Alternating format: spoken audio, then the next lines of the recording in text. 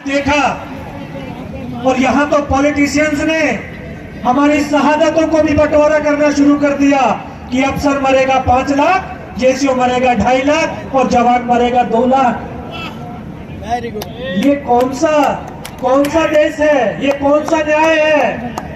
ये कौन से पॉलिटिशियंस की सोच में है? क्योंकि आप लोगों की जो पॉलिटिशियंस की सोच होती है ना, कि ये कहते हैं अरे जवान है, मरने के लिए तो है। मैं आपको ये बताना चाहता हूँ, ये जवान मरने के लिए नहीं, मारने के लिए है। भारत माता की।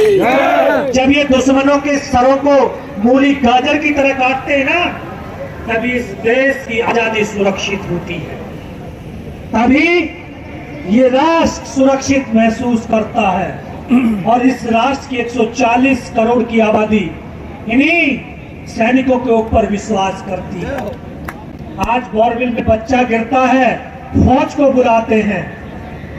आपदाएं आती हैं, फौज को बुलाते हैं। रेल एक्सीडेंट हो जाता, फौज को बुलाते हैं। क्यों?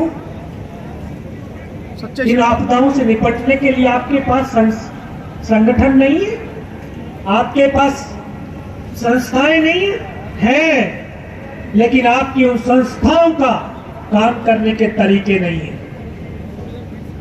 और लोग बोलते फौज क्यों विशेष है? फौज इसलिए विशेष है क्योंकि राष्ट्र की सुरक्षा की अंतिम पंक्ति में खड़ा हुआ एक सैनिक है। इस सैनिक के बाद और सुरक्षा करने वाला कोई नहीं है। सैनिक एकता! सैनिक एकता! सैनिक एकता! आज ये भूतपूर्व सैनिक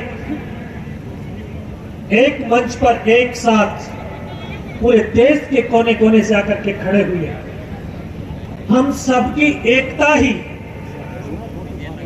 इस मुकाम को सफल बना सकती है। हमारे अलग अलग प्रदेशों के अंदर, अलग अलग प्रांतों के अंदर अलग अलग नाम से हमारे संगठन चल रहे हैं।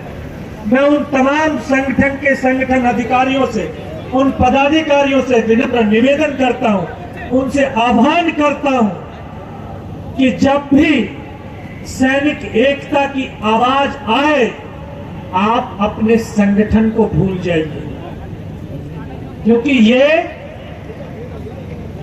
जो संगठन सारे संगठनों को जोड़ करके बना हुआ है। हम अनुशासन में रह करके, क्योंकि हमारी पहचान ही अनुशासित है। और ये इतनी बड़ी जनसंख्या के अंदर, इतनी बड़ी लोगों के भीड़, देखिए कि बिना किसी सुरक्षा व्यवस्था के कितने आराम से बैठ करके अपने कार्यक्रम को सुनिश्चित कर रही है।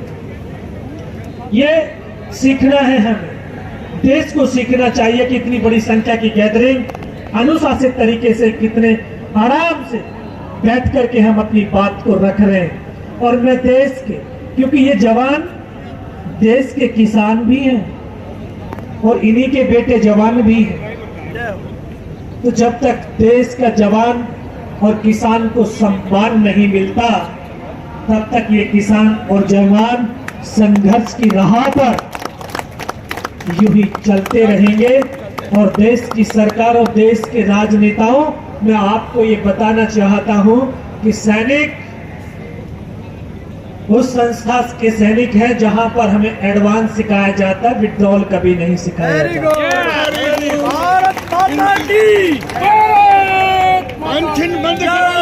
अब हमारे कदम हमारे मान सम्मान के अधिकार के लिए आगे बढ़ चुके हैं।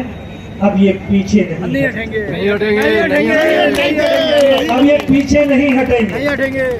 अगर आपने अभी भी अपने उस वादे को याद नहीं किया, तो आगे आने वाले समय के अंदर